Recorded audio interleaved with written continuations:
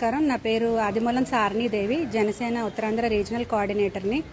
అందరికీ తెలిసిందే, గత 15 రోజులుగా కూడా తిరుపతి వెంకటేశ్వర స్వామి లడ్డూకి సంబంధించి జంతు అవశేషాలతో కూడిన నెయ్యిని వాడడం జరిగిందని చెప్పి చాలా గుళ్ళల్లో కూడా జరుగుతుందని ఇప్పుడు సర్వేలు మొదలుపెట్టి టెస్ట్ చేయడం మొదలుపెట్టారు.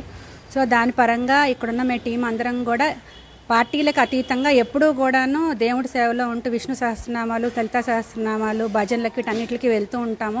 అలాగే మేము అందరం కూడా ప్రతి సంవత్సరం తిరుపతి వెళ్ళి దర్శించుకుని స్వామి